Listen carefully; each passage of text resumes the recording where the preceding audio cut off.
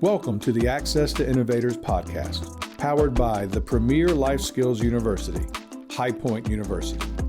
Hello, my name is Olga Dumais. I'm a junior here at High Point University studying actuarial science. Today, I'm going one-on-one with Marilyn Sherman, our personal development expert in residence. Thank you for being here, Marilyn. Oh, it's my pleasure. I'm excited. That's great.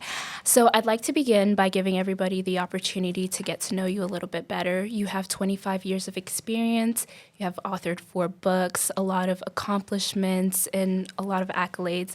Could you tell us who Marilyn Sherman is? Wow. Well, who I am, who I hope to be is a beacon of hope for people.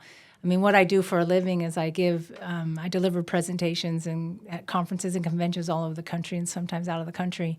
And my whole intention is to deliver hope and encouragement so people have the confidence to live a life in the front row, as I like to say. Mm-hmm. And you mentioned the word front row. Could Yes. you elaborate on that concept a little bit more? Oh, sure. It's a concept that I've believed in for a very long time, is that you and I, we live in a venue and we have choices as to where we sit in this venue. We're either stuck in the balcony, which is total disengagement because you're so far away from what's going on down in front, and you can leave that balcony seat and come back and no one would ever notice that you'd even left. Or you can be in general admission, and general admission is where most people sit. And this is a slippery slope because your general admission seat is kind of like your comfort zone. Like, this is the way I've always been. This is the way I'll always be. This is just who I am. And if you have that kind of a mindset, then eventually your competition is going to pass you by.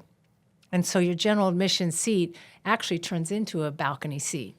And then there's the front row. And the front row is where you get to say, it doesn't get any better than this. I love what I do. I love who I am. I love what I'm doing and who I'm doing it for.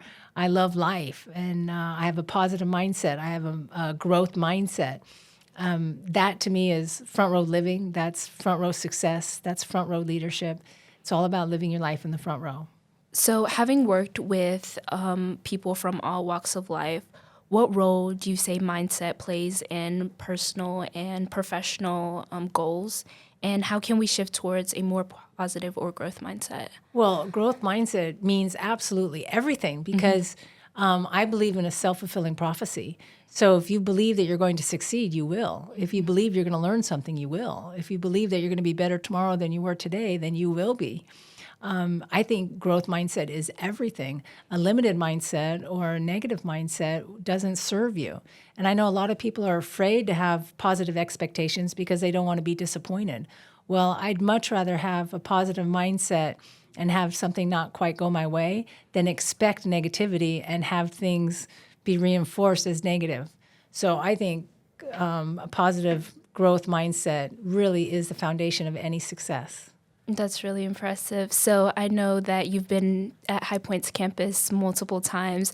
And last year, I remember you sat on a panel discussion and it talked about how to stand out and differentiate yourself. Mm-hmm. Could you tell us why it is so important to differentiate yourself and what steps can students take towards achieving that?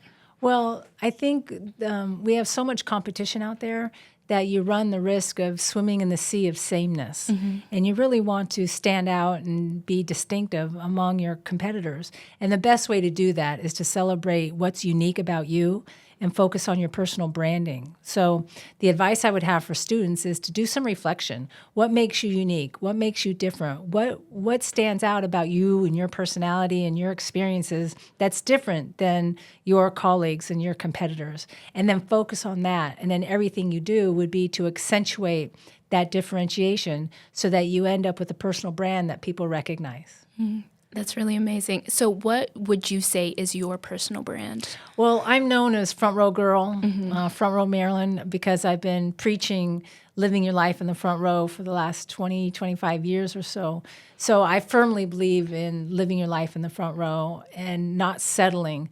You know, I think some people, they settle too much for status quo, or they settle for, well, this is just who I am, when it doesn't have to be who you are. There's a better version of you if you just focus on what the possibilities are out there and go for it. You will absolutely surprise yourself. You know, I talk a lot about visioning and goal setting. Mm-hmm. I think too many people follow the SMART goal acronym, which is specific, measurable, attainable, realistic, and time sensitive. And I believe that SMART goals are stupid because you limit yourself if you only set goals that you think are attainable.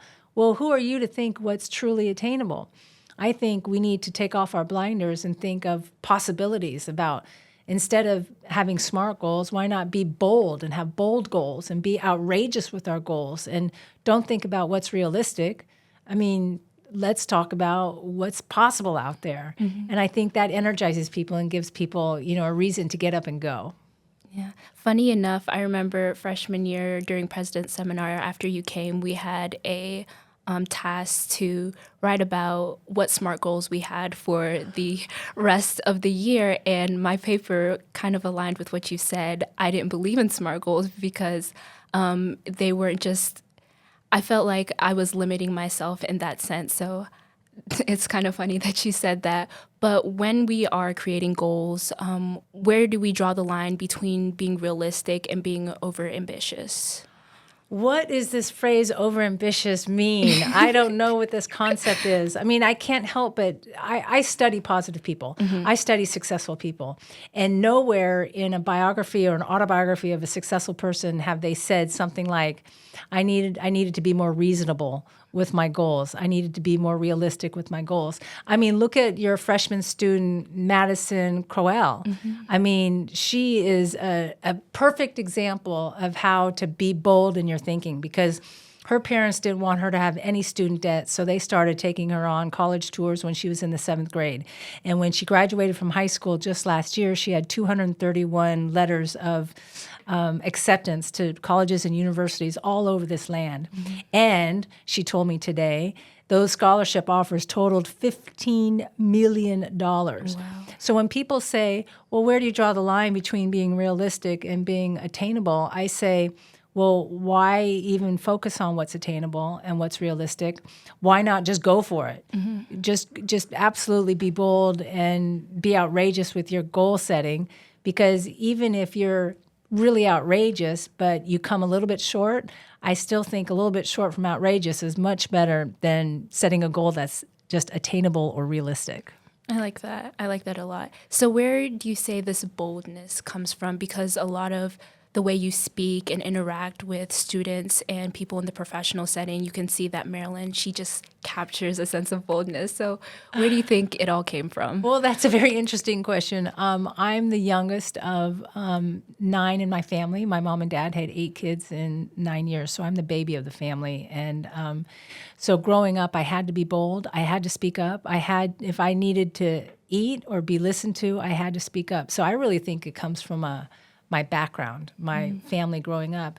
And then as an entrepreneur, because I've owned my own business for 30 years, I have to speak up and I have to be bold to get to the next gig, to get to the next sales presentation, to get to the next conference and convention where they choose me. So I think as part of my hunger to succeed, I have to be bold. So I guess that comes out in my personality. I would definitely say so. So I'm going to jump around a little bit. So personal development, it usually focuses on the individual itself. And sometimes we overlook the importance of the people that we surround ourselves with. In your experience, who are some key people that we should have in our corner? Oh, we should definitely have key people in our corner that are going to support us in our dreams and aspirations.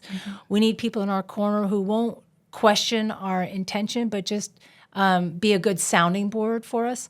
I have a couple of masterminds I'm a member of, and these are people who are like-minded. We're all in the same industry, and we come together and support each other. And we don't question each other, we just challenge each other. Like, is this the right direction to go? What's your thinking behind it? Or is that the right direction to go? What's your intention behind that? So we need people in our corner who will support us but challenge us at the same time without judgment. It's really important to surround yourself with an inner circle of friends and people who you trust and who are without judgment. I think that's a really important trait to have. And I used to think that I wanted tons and tons of friends, and now that I'm older and more wise, I don't need so many friends. I just need a core group of friends that I can count on and that support me and I support them. So I would like to ask you, what's your ultimate front row seat? Well, I talk about living life in the front row and front row leadership. And whenever you walk into a conference or walk into a room, you make your way to the front row. But ultimately, the ultimate front row seat is to be an usher. And what I mean by that is that when you're living your best life, when you're exceeding your goals and expectations, when you are fulfilling all the items on your bucket list, you can't help but walk different. You show up different. You illuminate a light within you that you can't suppress. It just comes out. It's like this internal magnetism that people are drawn to. So when you're living your best life, you are like an usher illuminating the path for others to see the possibility, to see the possible, to see what's out there. And they are then motivated to live their life in the front row. I live in Las Vegas, so I like to think of it as an usher in Las Vegas. If you ever go to a show in Las Vegas, there will be an usher, I guarantee you, with two things. Number one, they have knowledge. They know where all the seats are in the venue. And number two, they have a flashlight.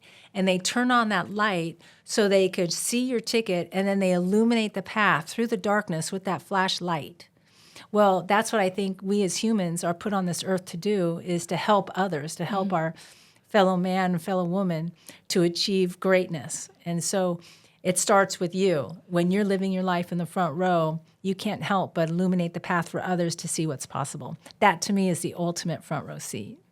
And I know you've written other books apart from Front Row, but which book would you say is your favorite and why? Oh, well, all my books are my favorites, but the latest book that I wrote is called Is There a Hole in Your Bucket List? And it's all about overcoming obstacles that prevent us from achieving our goals. Because we have a bucket, and it's filled with our hopes and dreams and aspirations, but oftentimes those buckets they're punctured with holes by nails, and those nails are called fear and doubt and insecurity and negativity and shame and past obstacles and past experiences. Those nails puncture our buckets, so our hopes and dreams and aspirations fall through the holes. Well, guess what? You and I are the ones that hold the hammer for those nails. We are responsible for those nails. We're responsible for the holes in our own bucket list. So if that's the case, we patch up those holes with courage and compassion and kindness. It takes courage to look at where we are versus where we want to be. It takes courage to look at, general mission. Maybe I'm sort of coasting a little bit. I need to step it up and get to the front row in this particular area of my life. So it takes courage to look at where you're sitting now versus where you want to sit. And then it takes compassion. Give yourself a break. You've been through a lot. Give yourself some grace. And the nice thing about giving yourself some grace is that when you give yourself some grace, you are more likely to give other people some grace. And I think in this day and age, it's okay to have a little bit more grace, right? And then kindness. Kindness is an act. When you see someone who's not okay, it's okay to go up to them and say, hey, what's going on? I sense that you're a little bit off your game today. Do you want to talk about it? So doing some sort of act of kindness. And when you do that, it takes away your fear, it takes away insecurity, and it takes away any kind of negativity and patches the holes in your bucket list so that you can have your dreams and hopes and aspirations come true. No, that's really amazing to hear. So with that book, you say that we have holes in our buckets. Yeah. What do we do about the holes that we don't want to fix? Are there ever times that there are some holes that some people don't want to fix, and how do we go about that? Can you give me an example? Like, what would you not want to fix?